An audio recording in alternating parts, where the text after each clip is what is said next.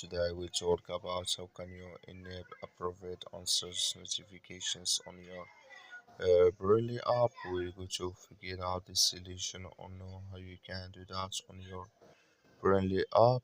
So you just follow this ways, then it's going to work with you. So all you have to do, so you just go down, click here on profile down here.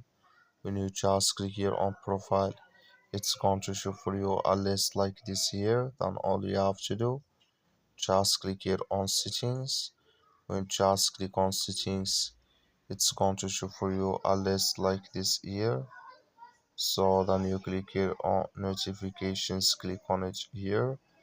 So then it's going to take you to this list here.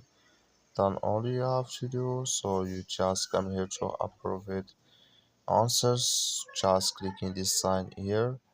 That like you see this color show for us, that's been appropriate answers notifications enabled with us now. That's all you have to do. Thank you for watching. Don't forget to support us by liking, subscribe.